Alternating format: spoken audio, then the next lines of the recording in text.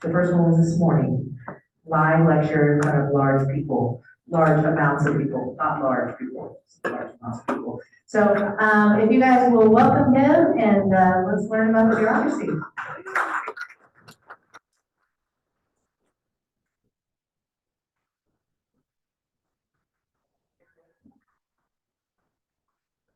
Hey, you're good. I'm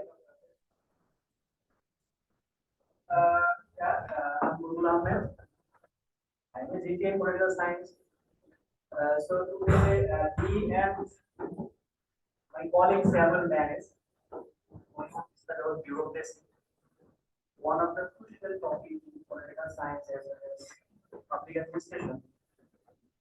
So I think you all have already heard the term bureaucracy. So do you have any idea of the bureaucracy from the common sense? What is meant by bureaucracy? Any idea?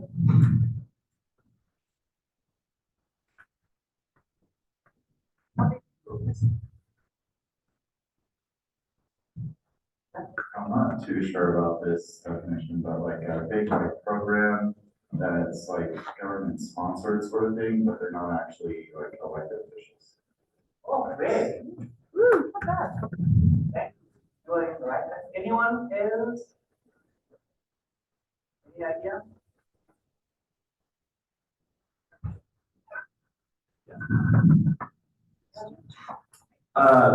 When I think of bureaucracy, the first thing I think of is red tape. So just like what he said, government employees, they try to get things through to each other. It gets kind of lost in the process. But Yeah, you are right. It's a criticism for bureaucracy. You're on the right track. Thank you. Anyone else? What is bureaucracy?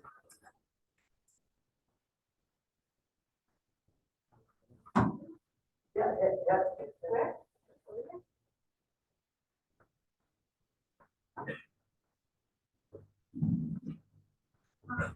Like for the stories, it's the process of making informed study on the government. Okay. Yeah.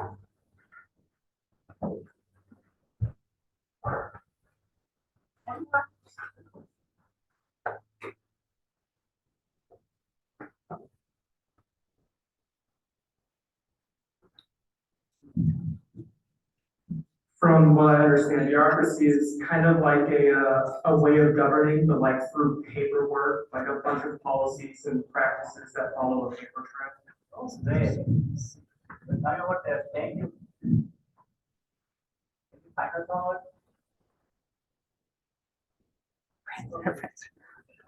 So I am going to play a video and whatever is on video. Are one of the most unpleasant races in the galaxy. Not evil, but bad-tempered, bureaucratic, officious, and callous. They wouldn't even lift a finger to save their own grandmothers from the ravenous bug-bladder beast of trout without orders, signed in triplicate, sent in, sent back, queried, lost, found, subjected to public inquiry, lost again, and finally buried in soft peat for 3 months and recycled as firefighters. I thought that was release my prisoner. Prisoner is full. No,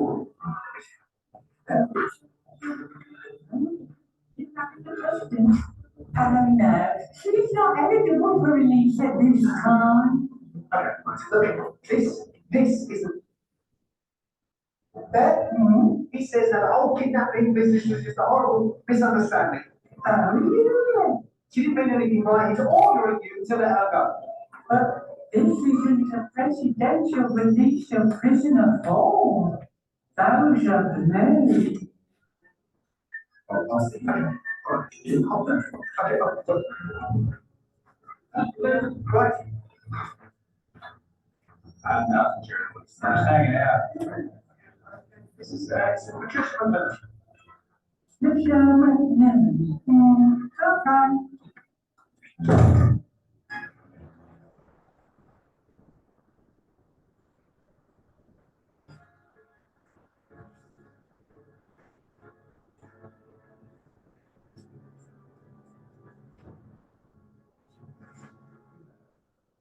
The president tests my patience.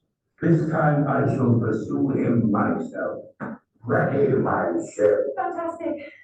I lost.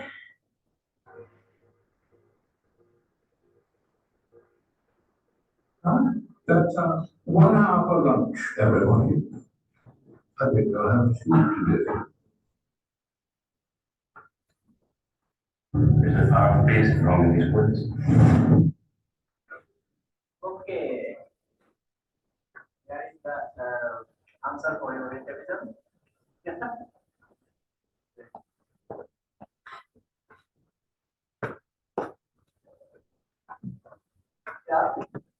The term bureaucracy has a number of synonyms. That means synonymous with a lot of words we use in our day-to-day life. Synonymous with public service,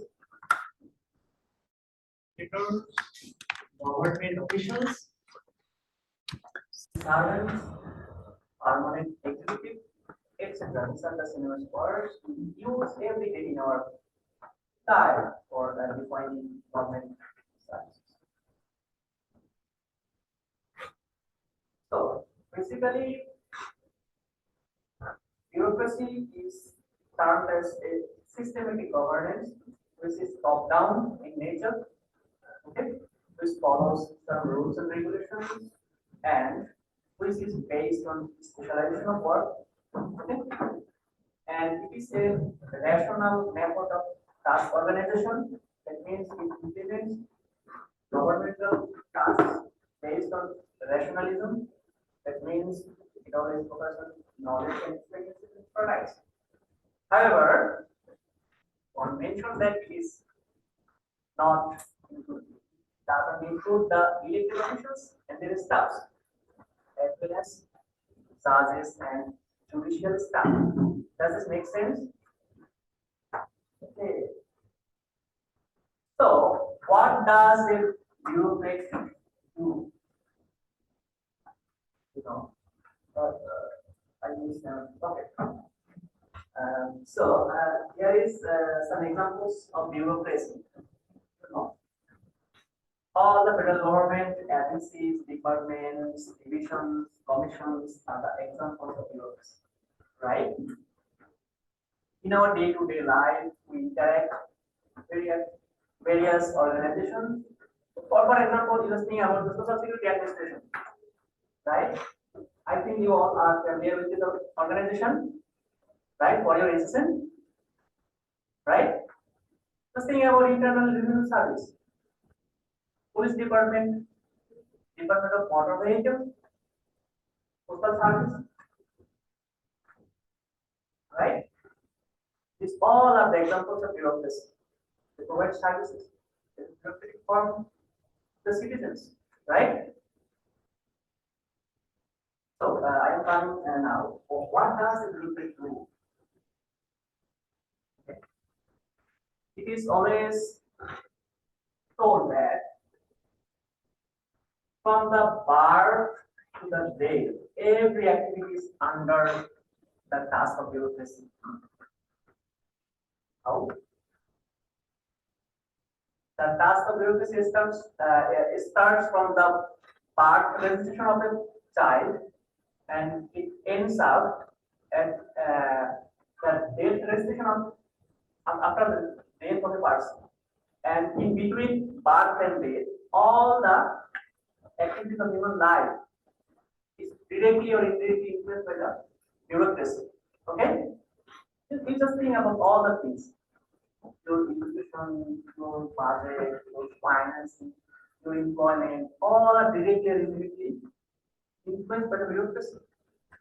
However, there are some specific roles which the bureaucrats follow. First of all, they write the rules and regulations. How? You know, they are the permanent executive, right? They have a long experience in working in the governance process. Through their experience, they always play a better role for drafting policy, for drafting rules and regulations. They know what will be the best rule and what will not be the best rule, right? Because they have a long experience. Just think about another thing, which is policy implementation, right? All the governmental policies are implemented by the bureaucracy. How you just think about the COVID-19 period, right? All the governments of the world are taking a number of new policies to handle that crisis. Who implemented those policies? The bureaucrats, right? You just think about the health policy. From the top to bottom of the health workers, the bureaucrats are providing services based on the policy, right? So they are the ultimate implementing agency for the implementation of governmental policies. The next one is paperwork. One mentioned that, right? Yeah. They are the permanent executive, I have already mentioned. The elected officials are not permanent. They come for 4 to 5 years. There is according to country, right? After that, they have to go back. But what about the bureaucrats? They are the permanent officials. So they have to keep the record. They manage all the paperwork of the office, right? The next one is administrative functions of government. That means administrative functions. All the governmental functions. That means planning, organizing, recruitment, selection, budgeting, staffing, all the administrative works are performed by the bureaucracy for government agencies. Okay? The administrative works. The next one is policy analysis. It means that when a policy is implemented, what is the performance of the policy? That means whether it is successful or not. It is also done by the bureaucracy, right? After the policy implementation, they scrutinize the policy performance. When a policy is successful, they give feedback on that, and when it is not successful, they also give feedback on that. Why it is not successful, and what could be the next step for next policy, right? This is the policy analysis part activity. This is performed by the bureaucracy. And another important function performed by the bureaucracy is policy making. You know who are the policy makers? Who are the ultimate policy makers? According to law, there are 3 branches of government, right? So what branch is authorized for policy making? Any idea?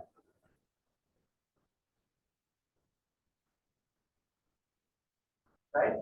Executive branch, legislative branch, and judiciary, right? Who makes the policy?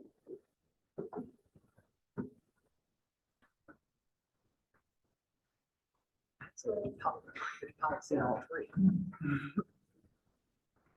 Ooh, I want to say something. Oh, we got one up there. Yeah, you're right. Legislature, right? So, legislative branch is actually elected person, right? So, though the elected personnel formulate the policy, actually the bureaucrats work behind the scene, right? They formulate all the drafts for any policy, right? Because they have a long experience. They know what should be the goal of a policy. They know what should be incorporated in the policy action plan. What should be included and what should not be included. What provisions should be included in the policy so that it can be successful, right? So this is also an important function of the bureaucrats. there is the historical evolution of bureaucracy, which is termed as patronage to merit principle. Patronage before 1883, patronage was the key instrument for recruiting and promoting the bureaucrats, which is based on political affiliation and political partisanship. At that time, no merit or competence was considered for appointment and promotion. Okay. After that, Middleton's Civil Service Act, which is formulated in the year 1883, it is an abolishment of the previous patronage system, and through this act, patronage system was abolished, and new principle, which is called merit principle, was incorporated. And through this act, competitive entrance exam system was incorporated, abolishing political consideration for recruitment and promotion for the bureaucrats. Does this make sense? So I have a question. What is the best way for recruiting bureaucrats? This is patronage, merit principle, or combination of both? What would be the best principle? Any idea? What would be the best principle? I like a good old patronage system. Patronage system?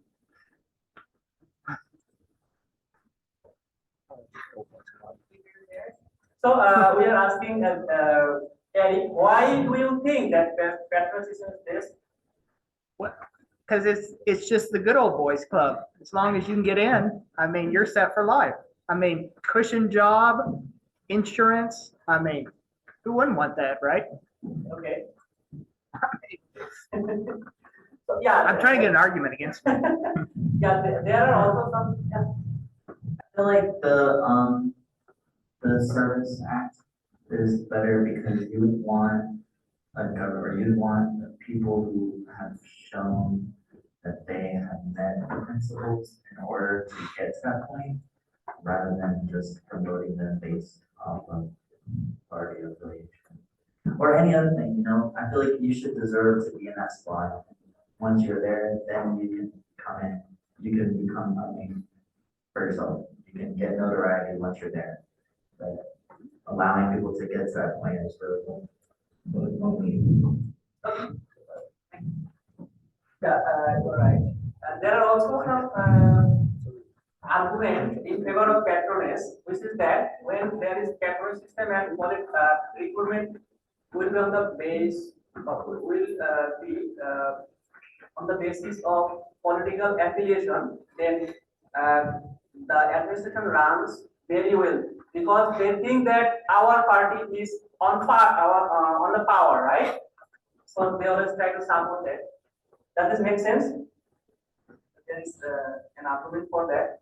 Okay, there is another act which is called Hatch Act, which was established in 1939, and the purpose of this act is that all federal programs are administered in non-partisan fashion.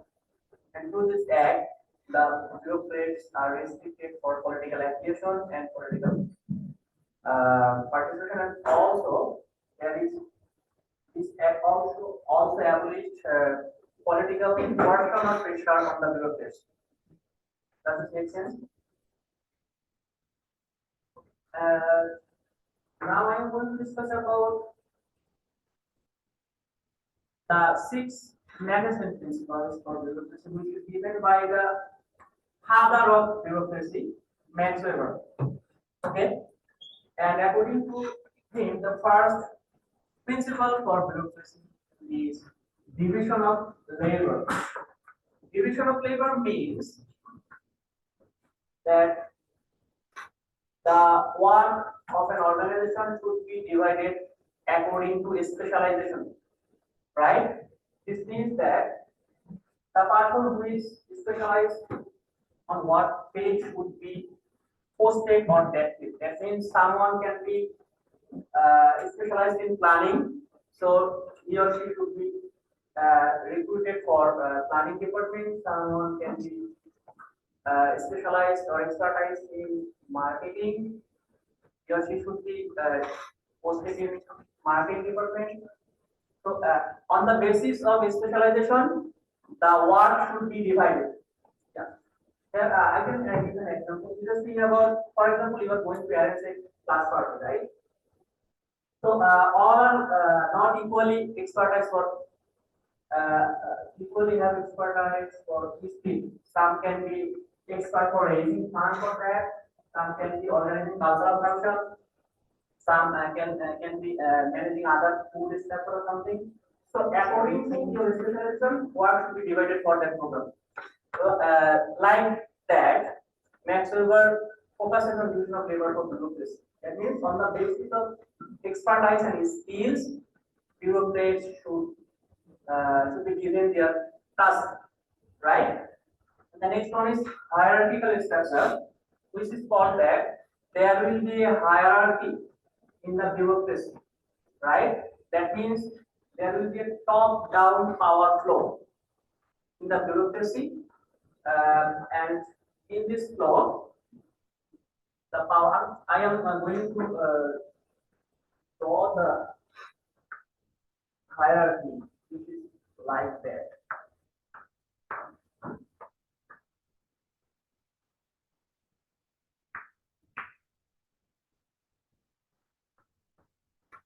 So here, power flows from A to B and B to C, right? This is called hierarchy.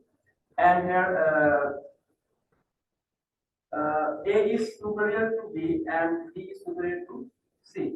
And here, power flows from top and accountability and transparency flows from down. That means there will be a controlling mechanism in the bureaucracy, right? This is actually the controlling mechanism. Okay. Another thing is that strict rules and requirements.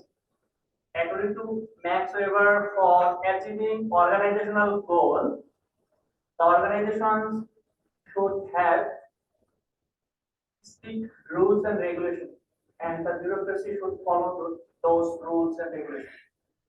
The next principle is impersonal interactions. According to Max Weber, in the bureaucracy, there will be impersonality. That means no nepotism, favoritism, political affiliation will be prioritized in service delivery. Does it make sense? All will be equal for public service in the bureaucracy according to Max Weber.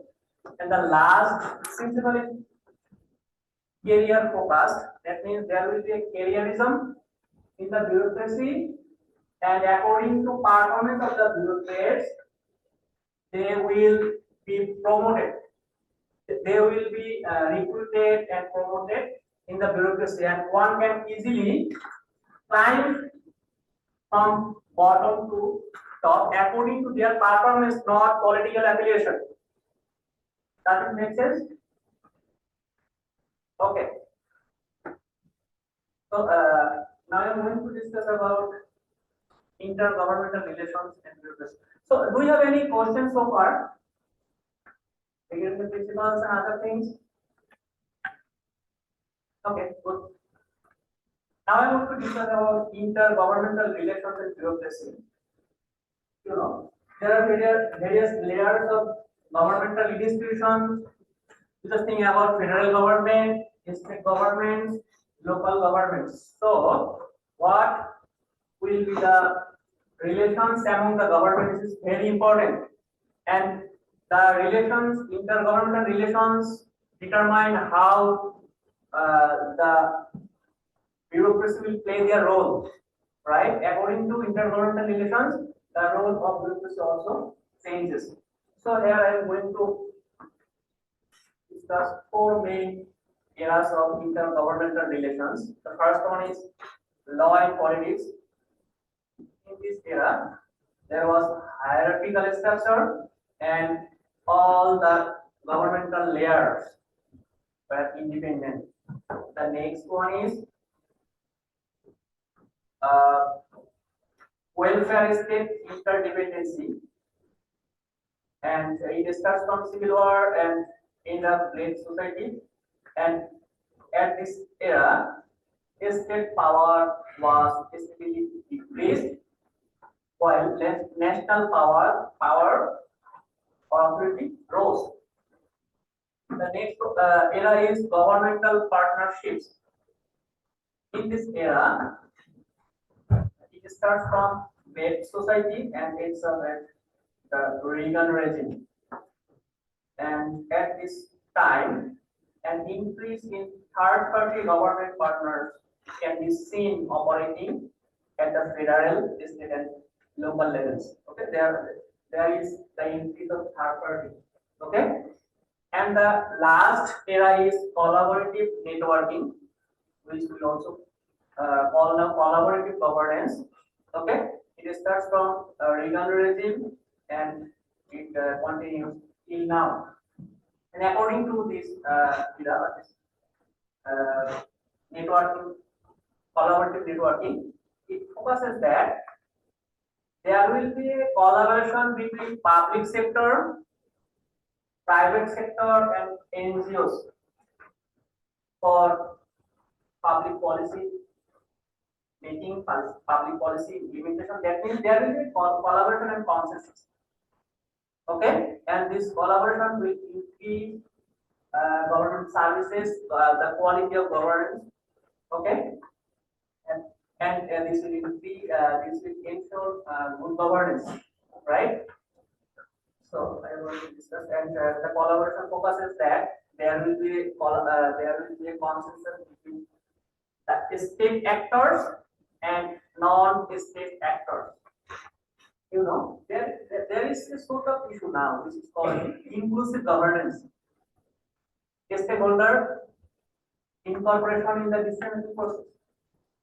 And why this is getting priority? Because when there is a collaboration between various actors, there will be a number of various ideas, right? Various ideas will come from various actors, and through these ideas, the decision will be the best one, right? That's why collaboration is getting priority day by day. And I am again saying this collaboration is among public sector, private sector, and NGOs, right? So how collaborative governance works? The collaborative governance starts with public agencies. Okay, that means the public sector calls for collaboration, and they ask the non-state actors to participate in the collaboration process. And this collaboration is not merely the consultative one. That means not a consultancy, rather it is much more deep. It is a consensus between all the actors, which ensures a best decision, a best policy for the government. Does this make sense? So there is a poll. Okay, what is your feeling about bureaucracy from your interaction? The attendance quiz is live and the access code is FEELS, capital FEELS, all caps, FEELS, FEELS. Okay, this is my part for today's lecture. So, do you have any questions so far? Any questions from the students? Or any clarification for any? No question? Thank you all.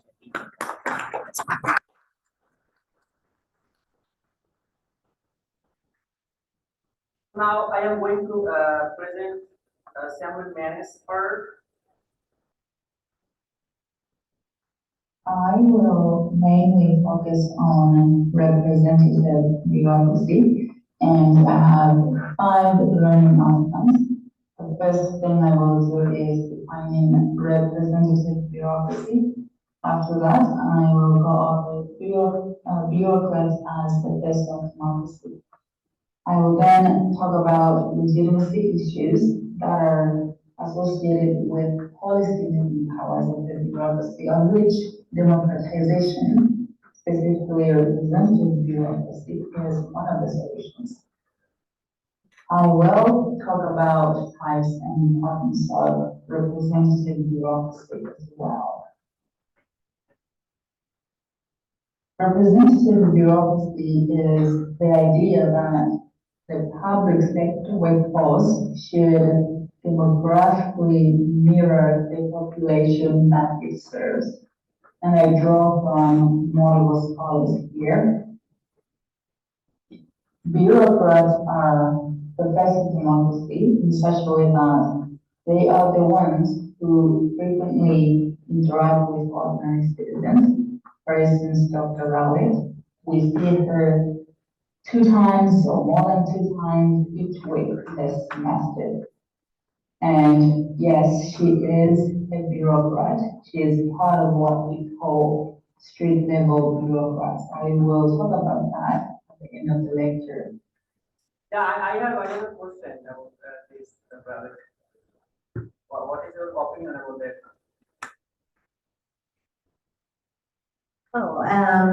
Yeah, I'm a bureaucrat and a street level bureaucrat. Those things are true. I think Manis is about to talk about what my intent is or why it is that I'm a bureaucrat. Any guesses? Anyone? Why do I do this job? Because I like it? That's true. I do. I like this job. And, I kind of have an altruistic reason for doing it in that, I think that it's important to teach people about government. I think it's important that people become citizens. I do actually care about you guys. And so, that's why I do this job. Thank you. Out of curiosity, based on your interaction with Dr. Rowlett in this class, has that affected your view of democracy or government in general? Usually, bureaucrats are motivated to achieve something on behalf of their country. Of course, they work to make money so that they can make things made, but most of the time, they are there because they want to achieve something on behalf of their country. And I'm curious, Dr. Rowlett, what is your motivation? Based on my interaction with you, I get that your motivation is to teach students about democracy, teach them how to be citizens, and also teach them how to be part of protecting the rights of minority groups. That is my guess, but you can correct me here. The other way through which bureaucrats are the best of democracy is the fact that bureaucrats have more in common with the general public as compared to elected officials. In other words, the bureaucracy is the most descriptively representative part of government. Finally, bureaucrats both make and implement policy. Now, this is where the problem is. When the country was in its infancy, it was elected officials who made policy and experts, that is bureaucrats, implemented those policies. But as times have evolved, for example, advancement in technology, economies have advanced as well as globalization. There are new complex problems that require expertise. And so now elected officials rely on experts for both policy making and implementation. I draw on Habermas and Shapiro here. And as you've read from the textbook as well, in addition to the bureaucrats, non-governmental actors such as private companies or non-profit organizations are also involved in solving societal problems. So this creates legitimacy issues.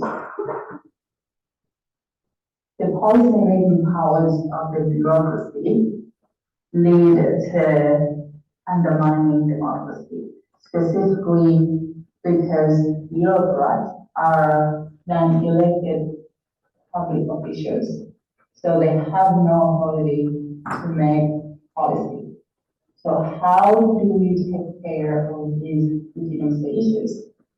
Well, one way is through democratization, because democracy is legitimate mandate to rule. And the way we can democratize the bureaucracy is through representative bureaucracy. In a democracy, representation is associated with such elements as authorization, accountability, transparency, participation, deliberation, and resemblance. So through passive, symbolic, and active representation, the bureaucracy becomes more democratic in nature, therefore increasing its legitimacy. So these are two types of representative bureaucracy. The first type is passive representation. This is when a public organization is employing individuals from specific groups. And these groups include women and minority groups. On the other hand, active representation means that the bureaucrats themselves are taking action to make sure that the interests of those who they represent are not overlooked when policy relevant decisions are being made. Symbolic representation is when attitudes and behaviors of those being represented change just by having those who look like them in the bureaucracy. So the bureaucrats themselves do not have to do anything. Just by being there, representing the groups they share identity with, then the attitudes and behaviors of those groups change. For example, and I draw from a couple of scholars here as well, African Americans are more likely to legitimize police officers' actions due to the presence of African American police officers. The same thing applies to white citizens. They are more likely to perceive police actions as being legitimate if there are white police officers present. Another example is that of women.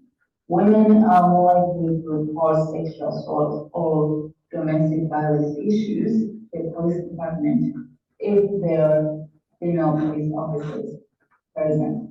So through passive, active, and symbolic representation, the bureaucracy becomes more democratic in nature, therefore,